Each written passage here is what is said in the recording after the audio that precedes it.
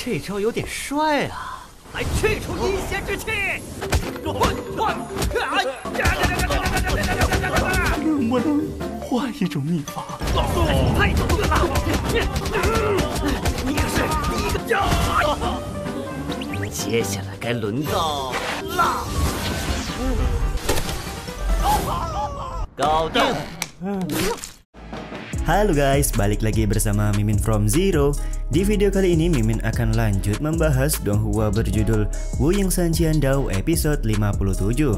Seperti biasa, sebelum masuk ke rekap ceritanya, buat kalian yang menonton video ini dan belum subscribe, tolong di subscribe dulu ya guys. Dan jangan lupa nyalain lonceng biar nggak ketinggalan update terbaru dari channel From Zero. Playlist untuk Donghua ini juga udah tersedia bagi kalian-kalian yang baru aja bergabung dan belum nonton episode sebelumnya ya. Ya udah deh, nggak usah berlama-lama, langsung saja kita ke rekap ceritanya guys.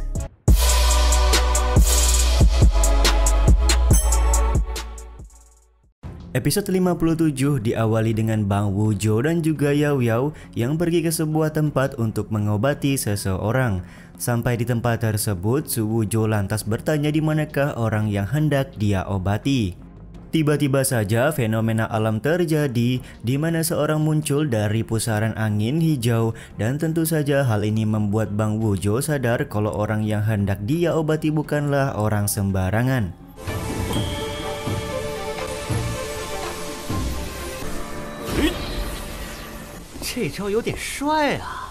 Alih-alih memberikan sambutan kepada Bang Wuzhou, orang tersebut malah menyambut kedatangan dari Yao Yao dengan melewati kehadiran Bang MC begitu saja. Diketahui kalau nama orang ini adalah Tuan Feng, dan Yao Yao tanpa basa-basi langsung menyebutkan kalau dia sudah menemukan tabib yang bisa menyembuhkan penyakit dari Tuan Feng. Mendengar hal tersebut tentu saja membuat Tuan Feng senang serta bertanya di manakah tabib yang dimaksud oleh Yao Yao. 医师已经找到了。哦，那位医师在哪儿？眼前。Dengan gaya di luar nurulnya, Bang Wuzhou kita ini udah siap memperkenalkan diri kepada Tuan Feng. Akan tetapi tetap saja Tuan Feng mengabaikan Bang Wuzhou karena menganggap kalau Bang Wuzhou hanyalah rekan dari Yao Yao. 麻烦你等一下。大师，你在哪儿啊？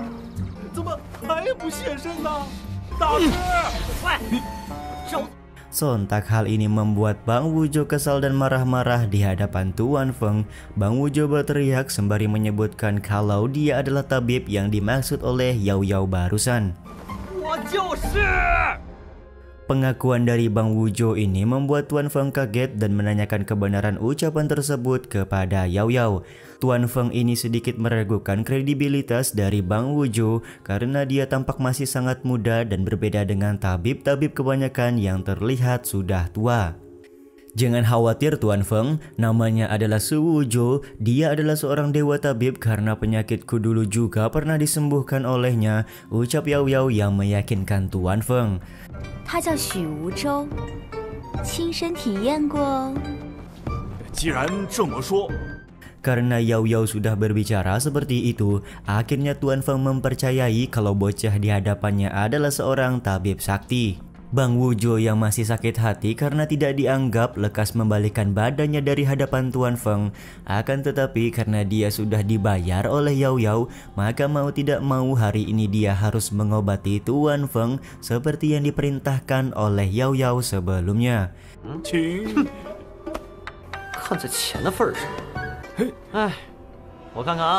Dengan memegang tangan dari Tuan Feng, Bang Wuzhou memulai proses analisa penyakit apa yang ada di dalam tubuh Tuan Feng.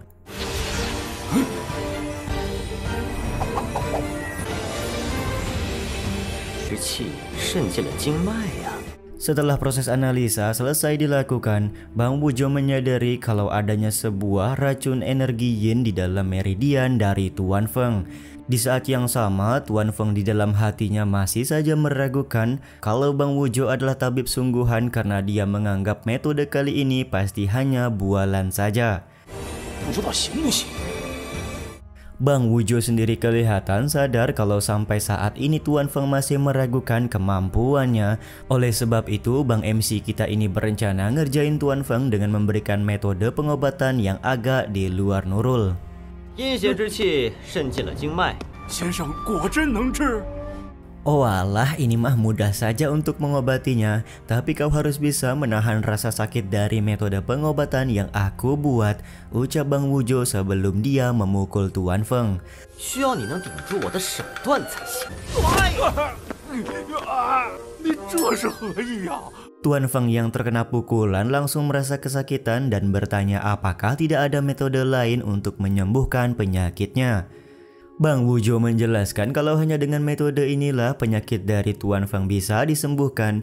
Lagi pula metode ini adalah sebuah metode rahasia yang digunakan pertama kali untuk Tuan Feng. 来去除阴邪之气！能不能换一种秘法？太有个了！你可是第一个呀！接下来该轮到辣。搞定。 Setelah metode pengobatan di luar Nurul Bang Wujo selesai dilakukan, Tuan Feng benar-benar merasakan kalau penyakitnya sudah lenyap. Di saat yang sama, Yao Yao sendiri tidak menyangka kalau proses penyembuhan Tuan Feng sangatlah cepat.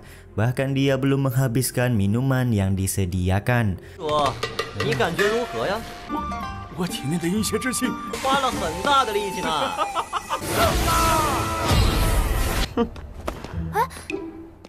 Tuan Feng sendiri kelihatan sangat senang serta berterima kasih karena Bang Wujo sudah menyembuhkan penyakitnya. Dia juga tidak akan sungkan untuk meminta bantuan jika di lain waktu terkena penyakit lagi. Bang Wujo di sini kelihatan gak terima karena menurutnya dia bukanlah seorang tabib biasa yang bisa seenaknya diminta untuk mengobati penyakit orang lain. 我去，小爷是一个随便就能请得动的人吗？ 在下定会铭记于心。 Tuan Feng sendiri di sini meminta maaf karena sudah lancang berbicara seperti itu. Dia pun bertanya berapakah biaya pengobatan yang dikenakan oleh Bang Wujo kepada dirinya hari ini. Bang Wujo berkata kalau Tuan Feng tidak perlu membayar lagi karena semua biaya sudah dibayarkan oleh Yao Yao. 大瑶瑶已经付过了。 多谢戴小姐。